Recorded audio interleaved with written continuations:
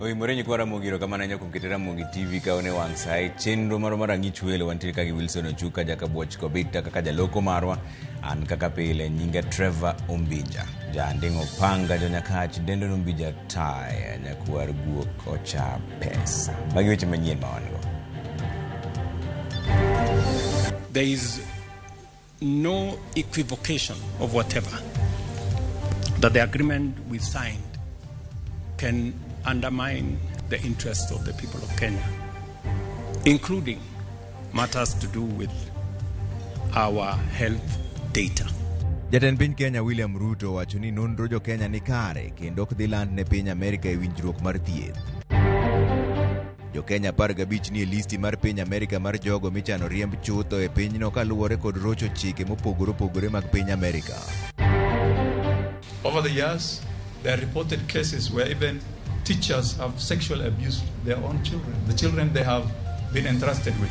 Duol marango weche mag kit chwech pacho ka ogolo report mayango ni thoth nyithindo ma yawuoyi e sikunde irocho ratechgi e yor bembo.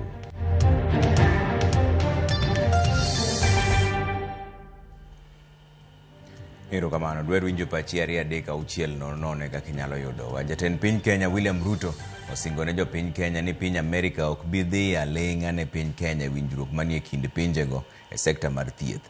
Ne wuoyo romo mane obedo godo gi governors ma pacho ka indie kar jot mare ma Nairobi. Owacho ni winjruogno oguri e mise motegno mabiro rito ratich oganda jo Kenya. Lidio Keyo nigi ler mar wachni. Ne en romo mar 12 manokelo kanyakla governors ma pachoka. Romo manobage kar jot ma jatend piny kendo notelo gi jatend piny Kenya William Ruto. A central mandate of this summit. Ruto tiyo gi thuolono madok ne winjruok ma piny Kenya oketo gi piny mar Amerika e sekta mar thieth. Ma osebedo kanyuolo paro mopogore pachoka nyato kotenre gi nonro mar oganda kata data mar jo Kenya kowacho ni winjruogno ongirore mise motegno mabiro neno ni nonro jo Kenya riti. Nobody and no government will take advantage of the people of Kenya as so long as I am president, because I am clear what we want, I am clear where we must go, and therefore there is no equivocation of whatever that the agreement we signed can undermine the interests of the people of Kenya, including matters to do with our health data. Owacho ni winjruogno mabiro kelo ne Kenya siling bilion 208 biro rito ratich jo Kenya komedo ni Attorney General osebedo ka oketo wang'e winjruogno mar neno ni ratich jo Kenya oriti kendo onge gimoro amora madhi ataro kapod en jatend piny Kenya. The Office of the Attorney General, and she's here, went through the agreement with a tooth comb to make sure that when it comes to matters data, the law that prevails on data that belongs to the people of Kenya is the Kenyan law. We might actually be the first country to conclude a bilateral trade agreement with the United States. Again, we sell close to $800 million of goods to the United States. In fact, it is among the markets that we have kind of a balanced trade. Den pinyo kwero jogo mawacho ni kirowechi mamiriambo e winjruok makamano kowacho ni tend Amerika oseng'ado mar tiyo gi sirikal to ok riwruoge ma ok mag pinyo wacho kaka kinde mokadho. The government of the United States themselves, they made a decision that they don't want to give their money to NGOs. They want to give their money to government. It is not our decision. It is their decision. So if anybody is annoyed in between here, they should take their anger to another place. If they have a problem with the current structure, they should go and talk to the government of the United States, because they are the ones who decided that for efficiency and efficacy, they want these resources to come directly to government. Kony ma kamago ma ibiro chiw kuom higni 5 mabiro oyango ni biro chopo nyaka e kor gwenge mar siro chenro mag thieth e counties ma Thurka. Lydia Okeyo, Ramogi TV, Nairobi. Ji maromo 97 nowito ngimagi kaluwore kod sand e lwet obila ka ji mamoko 18 nowito ngimagi e ute twech ma pacho kaendi higa montiere ni. Maendi en kaluwore kod ripot mar riwruok mar IMLU malero ni okenge mag rito ratich oganda e pacho kaendi medo mana dok piny. Ka piny Kenya ingo odiechieng' mar rito ratich oganda, IMLU koro dwaro mondo sirkal oket maino e tego riwruok mar IPOA kod mano mar KNCHR mondo giked ne ratich oganda e yo makare. Nyasi maringo odiechieng' mar kedo ne ratich oganda ne obagi kuonde mopogore pacho ka mar keto ratilo kenge ma Kenya osegoyo e kedo ne ratich oganda. Riwruok mar IMLU lero ni higani piny Kenya otimo marach ahinya e weche mag rito ratich oganda ka thoth jo Kenya nosandi kendo negi e lwet apisas mag arita kwe. Between January and December 2025, Kenya experienced a disturbing rise in 1. State repression, oppression of citizens, and suppression of voice. Excessive use of force, targeted attacks on civil society, on journalists, on activists, on human rights defenders. Shrinking civic space, systemic impunity by state institutions. Kalore kod IMLU, jo Kenya 97 nowito ngimagi kalore kod sand e lwet obila. Jomoko 18 nowito ngimagi ka ogeng'negi e tesend obila. Kanyaka sani nitiere ji 5 ma pok anyuondgi oyango ndachgi tok nenegi kod obila. Nitie ji 49 ma nohinyore ma magi records ma wan go kalure kaka noter jogi e suptal.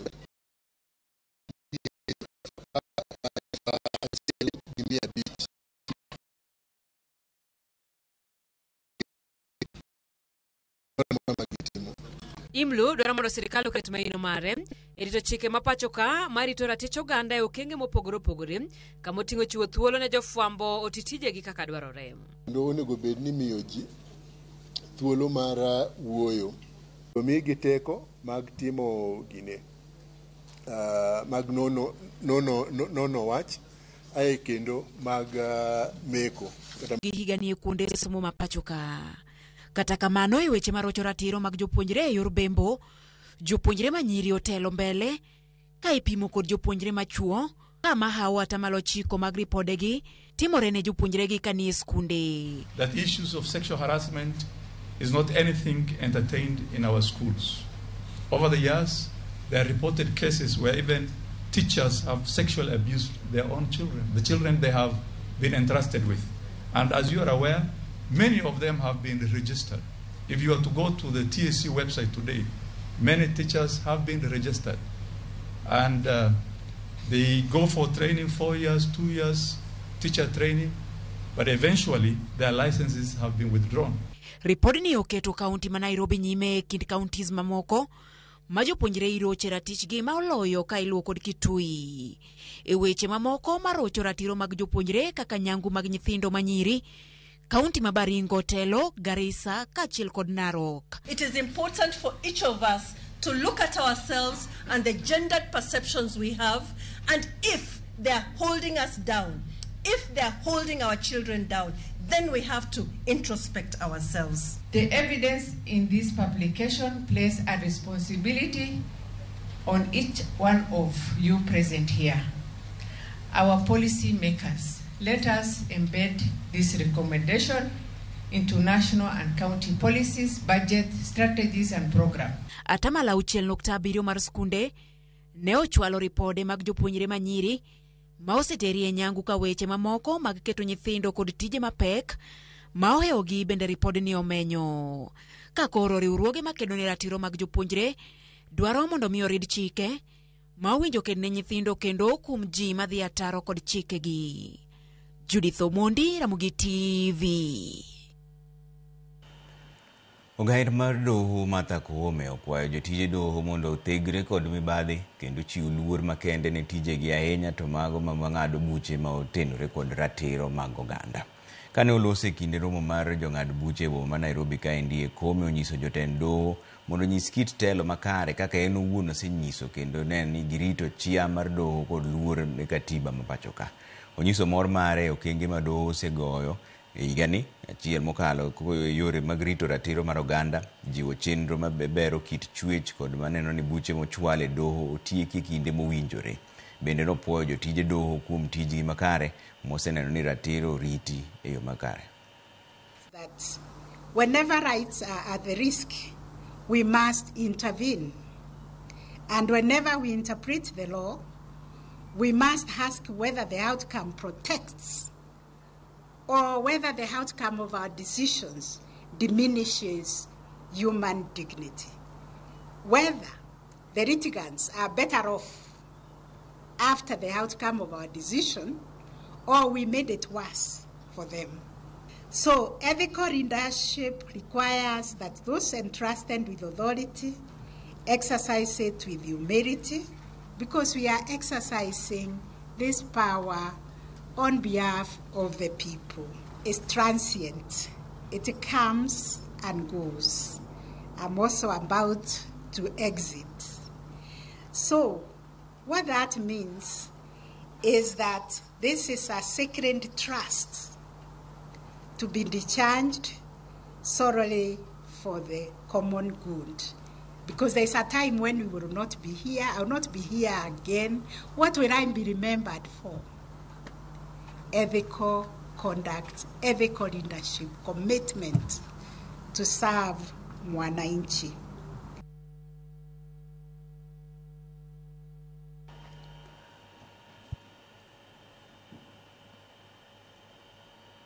Commissioner mar aluora ma Nyanza Flora Muroa oyango ni giseketo chenro mag ikruok kotenore kod rita kwe e aluora ma Nyanza e kinde nyasi mag sikuku mag Christmas kod higa manyien. Kane otwak kod jofwambo kawuono, Muroa koni giseketo bila mag arita e kidienje duto mabiro neno ni arita oredi makare, kendo bila mantiere yweyo oseluongi mondo odog tich mar nyayo kwe. Omedo ni obila mag apaya oseketi mabiro neno ni chike mag apaya oriti kendo idhi keti obila e tong' mopogore e aluora ma Nyanza mar neno ni jonjore ok odonjo kendo rocho kwe. All security officers who are on leave have been recalled, and they are all expected to be at their workplaces. I also want to note that the National Police Service, in conjunction with the MTSA, will also be enforcing compliance of traffic rules. I also want to note that all border control agencies have secured security at all exit and entry points at the borders of our country to ensure smooth movement of passengers within the borders, so that we do not have people, criminals infiltrating into our country or even leaving our country. I wish to call upon all the residents of Nyanza region to cooperate with the security agencies, because security starts with all of us. Therefore, we will be sharing a number whereby anybody who has an issue during this festive season should be able to make a call, and they will be attended to very quickly, so that we can have a secure Christmas and a secure New Year as well. Jatend migao mar arita kwe Kipchumba Murkomen opuoyo jodak matiati mokoni osekonyo chenro mar duoko bunde manie lwet jopiny kod jonjore kaka yor yudo fuong'ruok mar kwe. Mana kaka Walter Nyambaga leronwa, Murkomen okoni maendi en yor yudo kwe ka obila kod jolweny ok otiyo kod teko mathoth kuom jopiny. Oloso yo maro kaka kinde limbe mare. Jatend migao mar arita kwe Kipchumba Murkomen opuoyo jodak mawuok e kar chung' od bura matiati e kaunti ma Baringo kuom chiwo thuolo mamuol mar konyo e lodho oko bunde kuom jopiny kod jonjore manigi bunde ga ataro mar chik. Mimi nataka niwashukuru sana watu wa Tiati na watu wa Baringo County na watu wa Elgeyo Marakwet County na watu wa West Pokot County kwa kukubali kwa kauli moja kwamba ni bora tuondoe bunduki zote kwa mikono ya raia, ipelekwe kwa serikali ndio wananchi waishi pamoja. Bunduki sasa imepita 1000 ambayo imetolewa kutoka Baringo, West Pokot na hapa. Imefika 1200. lakini bado Murkomen mane ochopo Kolowe kinde chiwo sir ne mine koni omor kod kwe masane onya e alwora ma oyangore kod tulo kod nek kanyakla kod mecho to kod kuo jamne. Tumekubaliana kwamba bunduki zote yenye iko mikono ya wananchi itolewe, ipewe hawa maaskari na ipewe kupitia chief, na chiefs wote wenye wako sehemu hii mko na jukumu ya kiserikali kuhakikisha tunahamasisha wananchi waelewe hasara ya kuwa na bunduki katika mikono ya wananchi. Na ninawashukuru ma chiefs ambao wamekuwa cooperating. Tungekuomba ndugu yangu kwamba hii maneno ya disarmament inaendelea pande hii vile imefanyika with intelligence, iendelee hivyo. Sisi tunaunga mkono all efforts to pacify our communities. Sisi kama viongozi tuko nyuma ya serikali 100% kuhakikisha kwamba yale maneno ambaye Wakenya wamekuwa wakituongelelea hapa kwamba Kerio Valley sijui North Rift ni nchi ya mashida mingi, tunataka hiyo maneno iwe maneno ambaye ni ya zamani. Omerne sirikal koro biro medo chwalo chenro mag dongruok mageto bugo chumi yoho Marokak. Weche mane ojiw motegno kod seneta ma Baringo Chemitai Vincent to kod ja od bura Matiati William Kamket. Wale vijana watajitolea kwa kauli moja kuleta bunduki na wawachane na ukora, tutafanyia hawa empowerment na kufanya rehabilitation ndio warudi kwa society waweze kuishi tena kama wananchi ambao ni wazuri. Hii disarmament ambayo inaendelea, compensation yake itakuwa mambo ya maendeleo. Hii mambo ya disarmament yote ikisha mpaka hapa Kerio yote ibaki na usalama. Sisi sasa tutaenda kule serikali tuulize mambo ya barabara. Tutaenda kule serikali tuulize mambo ya kujengewa mashule, kujengewa mambo ya hospitali, kuongezewa mambo ya irrigation. Kwa hivyo mimi nawaomba kwa heshima kila mkahaji wa Baringo tuweze kuunga mkono ile disarmament ambayo inaendelea. Sasa watu wamependana na wameanza kuwaona waziri. Sasa hiyo ni matunda ya amani. Ile kazi inafanyika Kerio hii, sisi tumeona kwa macho yetu, na sisi kama viongozi, mheshimiwa, tumesimama pamoja na wewe na pamoja na rais. Walter Nyambaga, Ramogi TV. Gavana ma Homa Bay Gladys Wanga okoni onge ng'ata mabiro mone chopo singo mag dongruok manomiyo oganda e kaunti no e kinde manotimo campaign motel ne yiero mar higa mar 2022. Wanga okoni piny owacho mare biro dhi nyime gi chwalo chenro mag dongruok kendo dhi nyime gi lombo sirikal mamalo mar neno ni dongruok omedo donje kaunti no mar bero ngima jopiny. Bendo kone jopiny e kaunti no mondo thegre chuth gi josiasa kod jotelo moko matemo kelo siasa mar pogo oganda kaluwore gi gwenge magiwuoke okoni mago siasa manyachon. We acknowledge that our stars are courageous, comfortable. Kwe maro Homa Bay ayiego. Riwruok mar Homa Bay ayiego. Dongruok mar Homa Bay ayiego.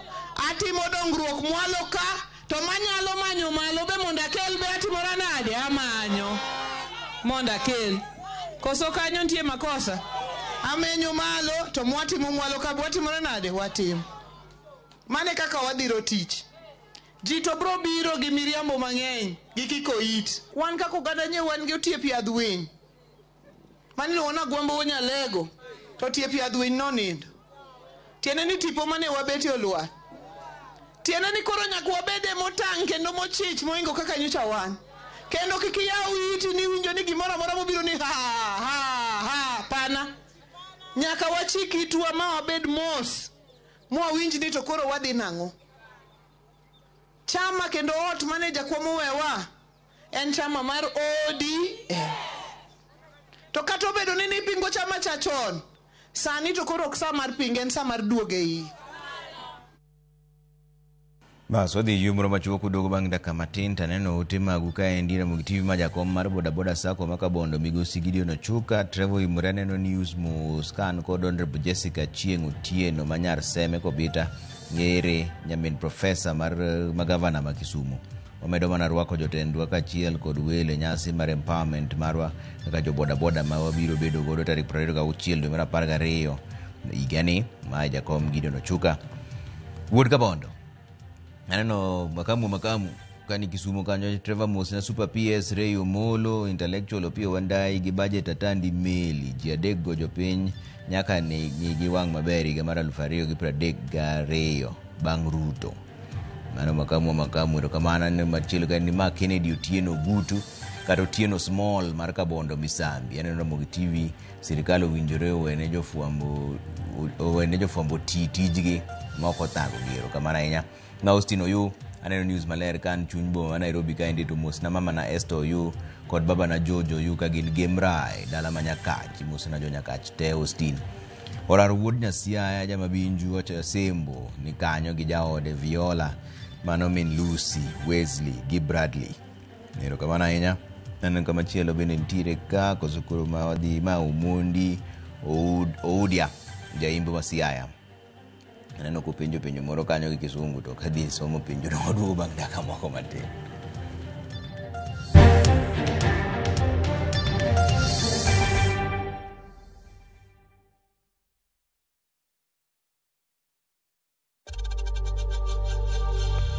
We know times are tough, so save money by buying airtime from M-Pesa to any network with zero transaction fees. Dial *487*2# and get your airtime PAP with zero transaction costs.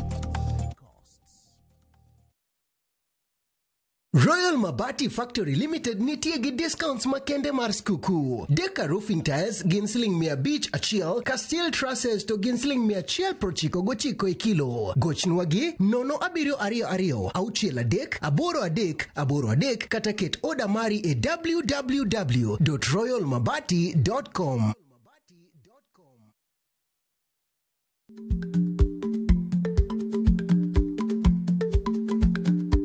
Ich lach nonego okal tako. Ma tiende ni bedo gi miluma mar yako mang'eny nyalo kelo rach.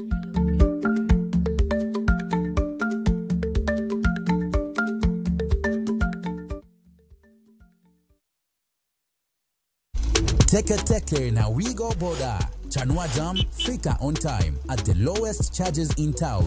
Va helmet and ride in style. Ni safi, ni safe, na ni easy kwa mfuko yako. Wigo, your trusted ride. Download the app now. Ama SMS Wigo to 20425. You'll fike right on time. Wigo, your trusted ride.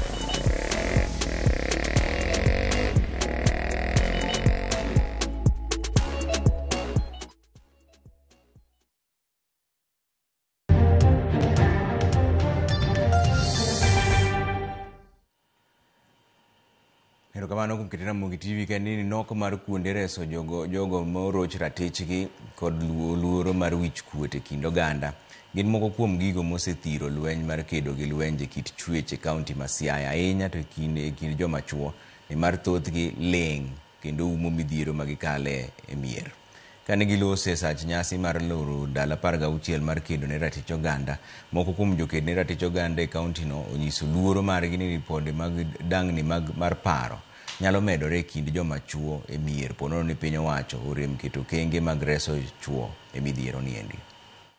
Penje gi gin nong'e mana ni gin joma nyiri kata joma mon kende makalo sani yudo ni nyaka joma chuo be yudo ka isandi mier kuma gidake nyaka gimon ma ginyuomo. Koro lweny ni sirikal oningo bed ni wuok oko kaka gisebedo ka giwuok mar konyo joma nyiri mondo bende gikony joma chuo nikech the boy child have been neglected. Ne nie ot to dhoto lor to kara ng'amigoyo en dichuo to ng'ama go koko kendo ywak to en miyo ywak kabisa to kara en mogocho. Joma chuo kalo etem e udi gibedo frustrated to onga madango open up mondo wachne kechi joma chuo mone mong'e ni bedo ga raped bedo ga frustrated igoyo to chuo to gin margi oum.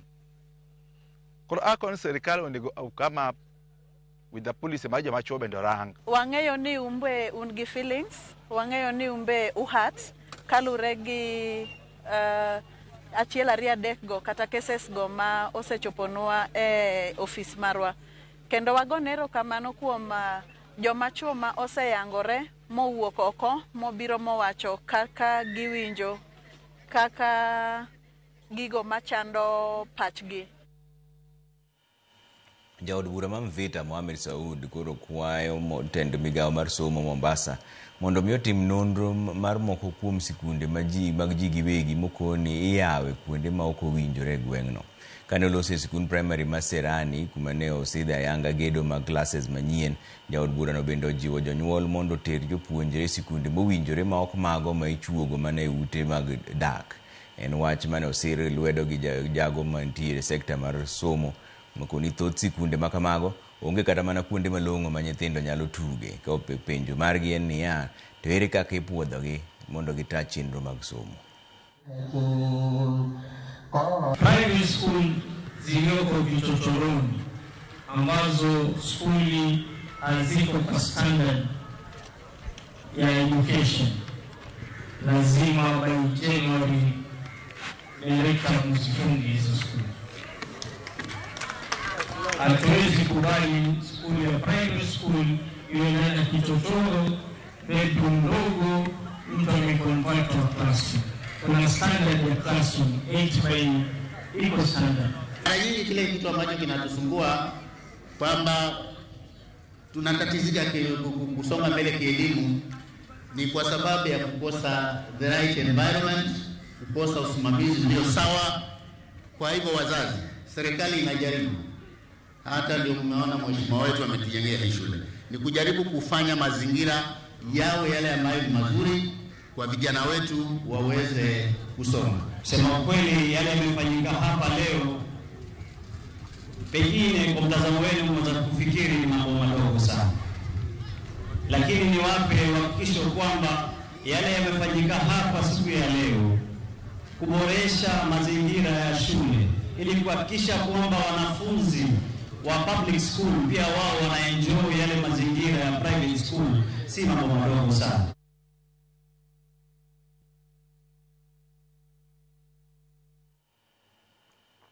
Dhoudi matinde kaunti ma Migori moting'o Kuria, Luya, Kisii, Somali, Gikuyu kod mamoko dhi nyime kod nyasi mar kitgi kod timbegi, nyasi ma obagi kod tend kaunti ma Migori. Ka opogore kod jiwo rito kit oganda, nyasi ma kamaendi mane obagi sikund sekondari mar yawuoyi mar Tarang'anye bende otigo e kono Uganda mondo owere kod timbe marocho ratich oganda. E kinde ma ndalo ariyo kochaki kawuono gendi matinde e kaunti ma Migori dhi nyime kod nyiso kitgi kod timbegi e nyasi ma obagi kod kaunti ma Migori e gwenge ma Kuria kaachiel kod Uriri. Ogendni matindogi moting'o Kuria, Kisii, Kikuyu, Somali kod mamoko obago nyasi margi e skund yawuoyino mar Tarang'anya e sub-kaunti ma Kuria West. Oganda joluya bende obago nyasi margi e skund sekondari mar Mukuyu e sub-kaunti ma Uriri, kama ginyiso kitgi kod timbegi ka oganda bende yudo puonj ma opogore opogore. Jotelo ma opogore opogore moting'o gavana ma Migori Ochiliako ne oriwre kod ogennigi e kinde nyasi maggi madhi kawo ndalo ariyo. Tunaweza kutofautiana kilugha, tunaweza kutofautiana kimila, lakini kitu muhimu sana ni sisi ni binadamu, sisi ni Wakenya na sisi tunakaa hapa Migori. Kwa hivyo hii sherehe ya utamaduni ni sherehe ya maana kabisa, ili sisi watu wa Migori hapa Migori County tusherekee, tujuane. Jodongo mine kaachiel kod rawere oyudo thuolo mar nyiso kitgi kod timbegi moting'o kit chiemo mane gichamo, kit rwakruok, yedhe mag bungu kod mamoko. Tunataka tuwe kama mbano, kama Wajaluo, kama Wamasai, kama Gikuyu, Kisii, wakiongea neno wanaongea moyo. Kisii Abai Center mawakao cultures gige duto mag culture makuria waketo kendo county government osegere kendo kete kanyo maya oganda ko ganda nyalo dhi kendo ginyalo neno gigi, inyiso gi ni ma ne watiyo ge yo machalo kama kendo ma ni thiedho go tuo machalo kama. Apisa maduong' e migawono mar kit tuoche kaunti ma Migori Ngero Sogwang' wacho ni oganda kitgi kod timbegi gin gigo ma koro nyaka riti nikech gintie kod ber mathoth, gin momiyo kaka kaunti ma Migori koro gikawo thuolo mar bago nyasigi. Kech wang'eyo ni ng'ama onge kod culture mare mano ng'at miluongo ni mtumwa. Ng'ato ka ng'ato nitie kama onyuole, en gi jok manonyuolego kendo nyaka bed ni obedo kod gi machiegni. Gimomiyo wahero odiochiengni en ni nyithindwa mang'eny oselal kendo gilal oko ka ok ging'eyo ni nitiere kuonde monego gibedie. Odiochieng' ma kawuono wabiro wuoyo kuom gigo mabeyo mantie culture wa, machalo chiembwa mabeyo mane wachamo, machalo gigo mabeyo mane watimo chon. Hii kaunti inaletwa hii ambayo Gavana Ochiro kuleta kitu kama hii ya kanzo ya Kuria Kanzo ni kitu manufaa sana kwa Wakuria. Ngiro gwang'ata kamano ne okono oganda ma oting'o mago mag jokuria mondo koro were kod kiti kod timbegi mandalogi osekalo ma oting'o nyange manyiri. Kaka kawuono en odiochieng' ma wachope miluongo ni 16 days, ending 16 days of activism against gender-based violence. Manyiso ni nitie timbe moko mwatimo aidha kwedo joma nyiri kata kwedo joma chuo, ma wabiro wacho ka kendo wawacho ni gisani waweyogi kendo wadhi nyime gi mabeyo manyalo miyo wadonge kaka oganda. Tuseme tunakubali hata watoto ya kike wasome pata ya kutahirishwa, hakuna maana. Ndio maana yake tunaungana na Gavana Ochiro pamoja na Dr. Mahiri na viongozi ya kule yote, tunataka tufuate mkondo kama Wakuria wengine. Nyasi gibiro mana moto ne nyasi no mar piny Luo machakre tarik 15 nyaka tarik 17 mar dweni e kaunti ma Migori. Nyasi ma piny Luo kod moko mag oganda kitgi kod timbegi ok tigo mana kaka yo mar riwo oganda, to bende itiyo kodgi e jiwo chenrogo mag dongruok kaachiel kod mamoko. Jo-Migori wageno ni dhi time kata maber moloyowa nikech nyasi ni en gima riwo ogandawa mondo mi oganda obed gi duol achiel ka giwacho wechegi mag ochumi kata wechegi mag gero teko mar yudo pesa e piny Kenya ka, wechewa mag tuke ka ji obiro kama to yudo kaka ginyalo ketogi mondo ji onegi. George Juma, Ramogi TV, Migori. Johala e chiro mahero koro ywak ni ok gine ber mar chulo osuru kaluwore gi chido mar chirono ma giwacho ni sirikal osirem reso. Giywak ne tend kaunti ma Kisumo mondo kaw okang' mapiyo mar loso negi ler mar alwora mar chiro margi mosebedo ka ng'we kuom thuolo malach. Jafwambo marwa Purity Ruhama lero wachno. Ahero en achiel kuom chiche mane gavana ma Kisumu Ngire Anyang' Nyong'o ne ogolo e bedo senta ma okete e rang'iny mar boma. Kata kamano, jo ohala ywak ni ok gine ka ochalo boma nikech lil mare. Olil to gitemo to pod ok nyalre. Wakwayo ni mondo obed ler man malo kaka town nikech nosemiwago kaka town. Kata king'iyo ute around waka ok chal town to en kama idonjogo ok oler ahinya. Jo ohala go yango ni lil mar chirono mayo gi kwe kendo rocho yoregi mag loko nikech losi mang'we mar chirono kendo miyo kata tuoche bende koro makogi. Koro kata sani nwa fight kaka komiti mondo kelnwa jo ywecho. Nitiere mana jo juogo ya Ahero but jo ywecho jo county government okokelo. Wase fight kamane umiya Ahero lil kamora mora kata kiwuotho irado gi takataka nyaka samokradi. Wase goyo koko omiyo akwayo county government kotele bo governor Professor Nyong'o ni okonya Ahero nikech wagine wainyore kor kataka nikech tuoche donjo okinyi godhiambo. Ewi mano, gichwalo ywak ne tend kaunti ma Kisumu mondo okonygi kotenore kod midhiero ma gikalo e chirono, ka giwacho ni ok gine ber mar osuru ma gisebedo ka gichulo. Ahero ok ler, kendo Ahero lil, Ahero top. Koro ne wakwayo county government mondo ging'inwa kaka ginyalo kelo ler kendo kaka ginyalo miyo wakwe i Ahero nikech wajuogo wagolo tax to ler mar Ahero ok ber.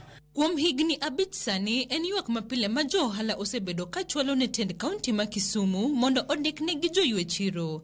Gino machalo ni gore e Lwanda piny maru. Wadwaro ni mondo mi Ahero county government kata municipal mondo manyi lo manyalo yaro kod Ahero diny. Population man Ahero ohewa Ahero. To pogi ng'awo patik mora mora mar yaro chiro kaka dwarore mar municipal moriwa Awasi gi Ahero. Purity Ruhama, Ramogi TV, Kisumu. Joting'o osigo e kaunti ma Mombasa ywago nok mar tije ka giwacho ni moko kuom kembe sirikal omi thuolo makende mar pango mwandu mag chiemo madonjo kowuok e meli.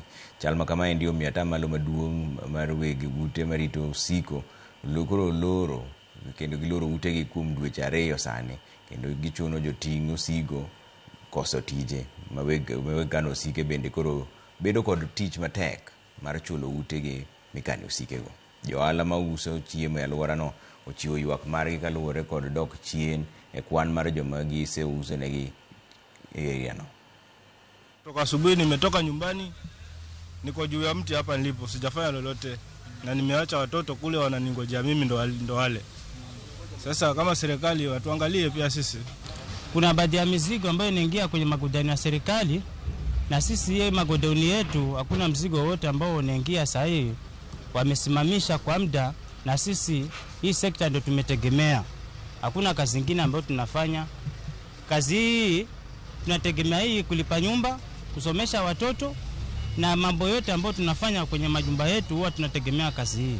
Kwanza mimi naweza sema Christmas imekuja ghafla, kwa sababu hatujajipanga. Hatujui tutafanya vipi katika hiyo Christmas.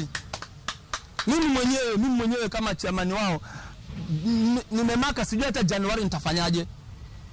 Malaki atakana Januari tarehe 6 watoto waende shuleni. Sina hata shilingi. Nitalipa na nini kama kazi hakuna? Wale ambao wako idle wapate kazi, ndio tusitengeneze wahuni wengi Mombasa. Kwa sababu kama hatutakuwa na kazi, basi vijana wengi watakuwa wahuni, kutakuwa na shida, na itapelekea hata wengine wetu wauawe, kwa sababu ukikosa chakula ama ukikosa kitu cha kutumia itabidi ukitafute kwa njia yote ile. Migao mar arita e piny mar Amerika dhi mbele kod riembo kendo duoko jopiny mopogore mawuok e pinje mamoko e pinjegi kokalo e chenro mar jatend piny Donald Trump. Kuom joma iduoko gin jo Kenya maromo 15 moyud kod ketho chike mopogore mag piny Amerika. Elizabeth Ajode nigi ler mar wachni. Kuom thuolo malach nyaka ne jatend piny ma Amerika Donald Trump donje telo, kwan mar joma oriembo e pinyno osemedore e okenge manyien ma sirikande oketo, ahinya joma giwacho ni onge otese makare mar bedo e pinyno. Kokalo e ote magichapo e mbui margi, piny Amerika oriembo jopinje ma opogore e pinyno, ka jo Kenya 12 moriembi ka itudo kod ketho ma opogore ka 3 mamoko to oriembi nikech gionge kod otese ma opuodhi. Magi e jo Kenya ma itudo kod ketho e pinyno mar Amerika kaachiel kod ketho mane gitimo. Bethuel Gathu mawuok Chochila mayudore California itudo kod ketho mar kuo. Daniel Kathi mawuok Conroe, Texas kitude kod ketho mar riembo e seche ma omer. Patrick Mwangi mawuok San Antonio mayudore Texas itudo gi ketho mar riembo ka omer.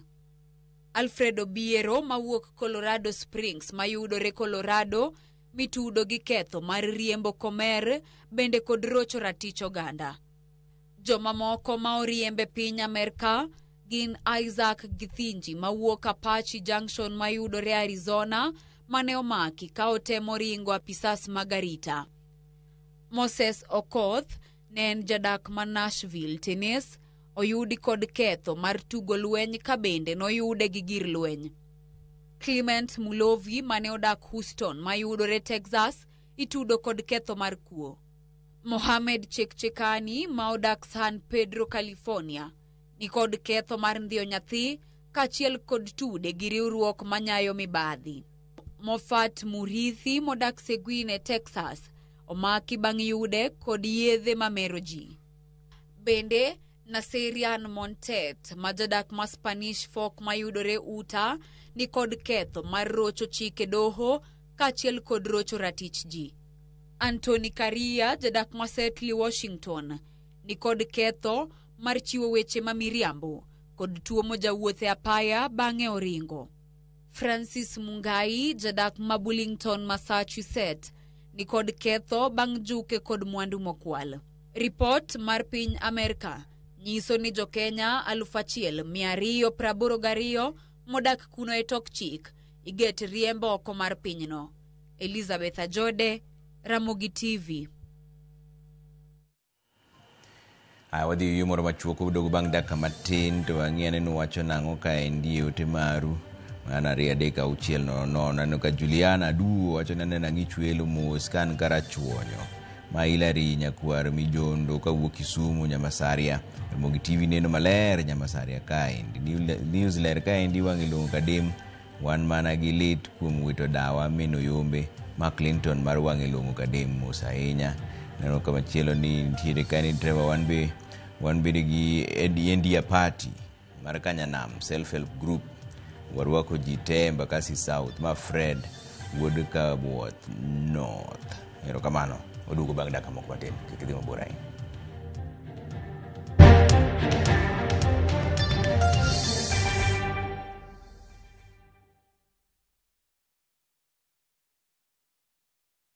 Are you a Kenya government civil servant na uko na emergency?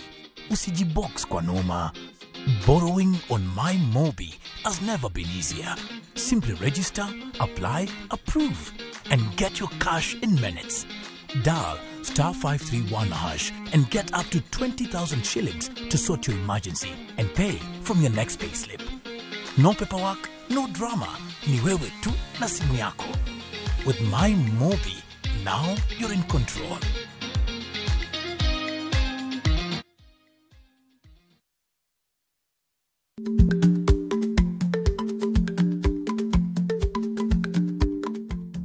Icha gweno to ichao gwang'. Matiende ni, kapok ing'ado bura ewi wach moro amora, kuong inon ng'ama rach.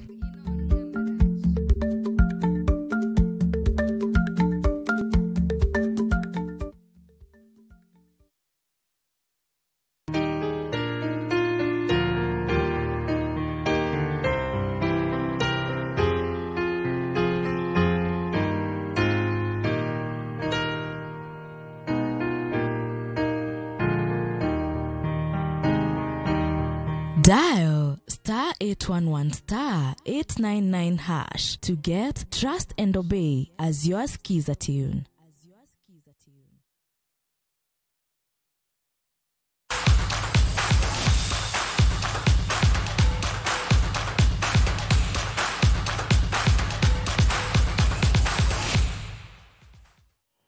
Nojano weche tuke mniriruok matayo tuke adhula pacho kaendi Football Kenya Federation oketo kogi ogirimiti gi kar tiegruok mar tuke adhula kakoro mar tiego nyithindo matindo kokalo tuke mag adhula. Ogirimiti ma kamaendi e bire kinde ma Kenya osebedo gi pek mar yudo jotugo matindo manigi puonjruok madwarore e tuke adhula. Gino manonenore ayanga e kinde mane Kenya nodhi choko e tuke manyo otiko tuke pinje Afrika. Jotugo ma higi ni piny mar 17 kakoro ma en kar tiegruok tuke adhula kendo osebedo pacho kaendi kuom thuolo malach nigi ting' mar tiego jotugo mabiro donje team Kenya, jotugo ma higi ni piny ni 15 gi 17. In correcting the gap in a way that is both historic and transformative. This agreement establishes Kenya's first residential high-performance system for youth football, a model inspired by global best practice and adapted to our own context. Beginning this December 2025, FKF and Akakoro will jointly scout the best 2011 born players across 5 regions nationwide. The top players identified through this process will earn full scholarship to live, learn, and train at Akakoro's 25-acre academy in Homa Bay. The most important thing about this project now is the legacy. And the most important legacy is that Kenya will, for the first time, have a high-performance model that can be replicated in other counties, for other age groups, and also for girls' football as well. And I'll urge other structured academies to come on board and partner with our federation, FKF, and to give this youth, a sporting chance and to identify them to go into to be great in their careers.